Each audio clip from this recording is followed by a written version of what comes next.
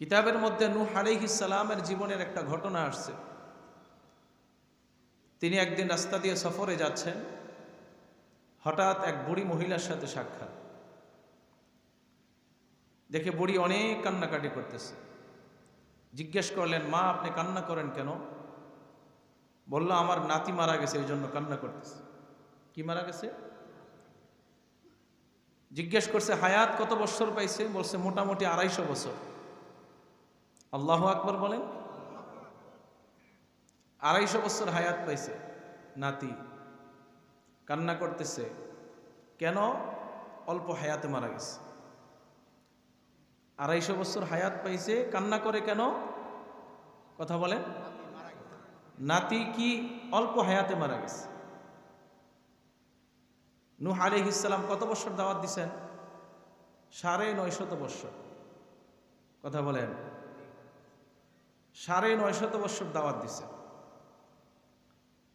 আর আমাদের নবী দাওয়াত দিছেন কত বছর? কথা বলেন। 23 বছর। 23 বছর না, নবুয়তের পর থেকেই তো দাওয়াতের কাজ শুরু। রাসূল যখন নবুয়ত পাইছেন তারপর থেকেই তো দাওয়াতের কাজ শুরু। আর উনি নূহ আলাইহিস সালাম কত বছর দাওয়াত দিছেন? 950 বছর। ইমানদার হয়েছে কতজন? 80 থেকে 82 জন। قال رب إني دعوت قومي ليلا ونهارا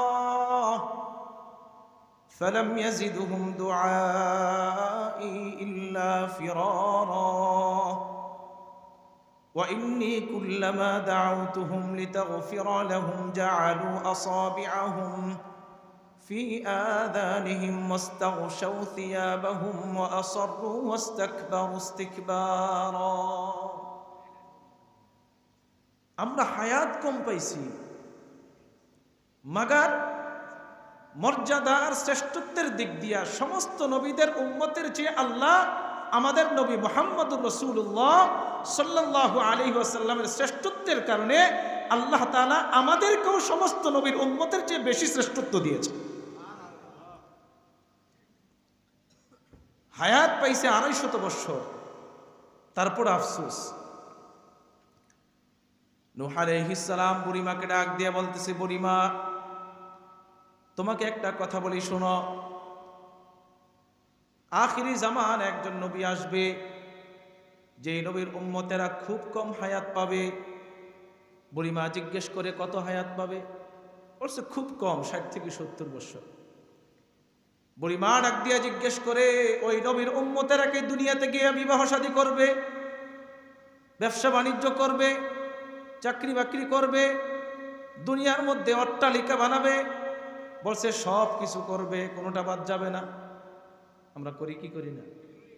বিবাহ শাদী, অট্টালিকা, ক্ষেত খামার, ব্যবসা বাণিজ্য, কোনোটা বাদ আছে? বুড়িমা আশ্চর্য হয়ে জিজ্ঞেস করলেন, 60-70 বছর হায়াত পাবে, এরপরও দুনিয়া থেকে এত কিছু করবে? নূহ আলাইহিস সালাম ওই বুড়িমাকে বলতেছে, মা আপনিও যদি থাকতেন আপনিও করতেন। বুড়িমা কি জবাব দেয় শুনেন।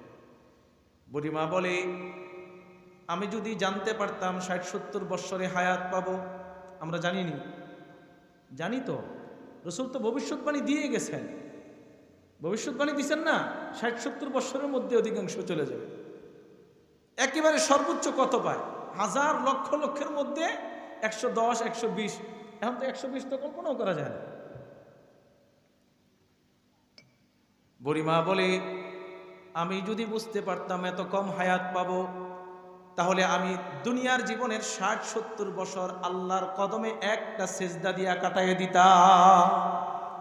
আল্লাহু আকবার বলেন।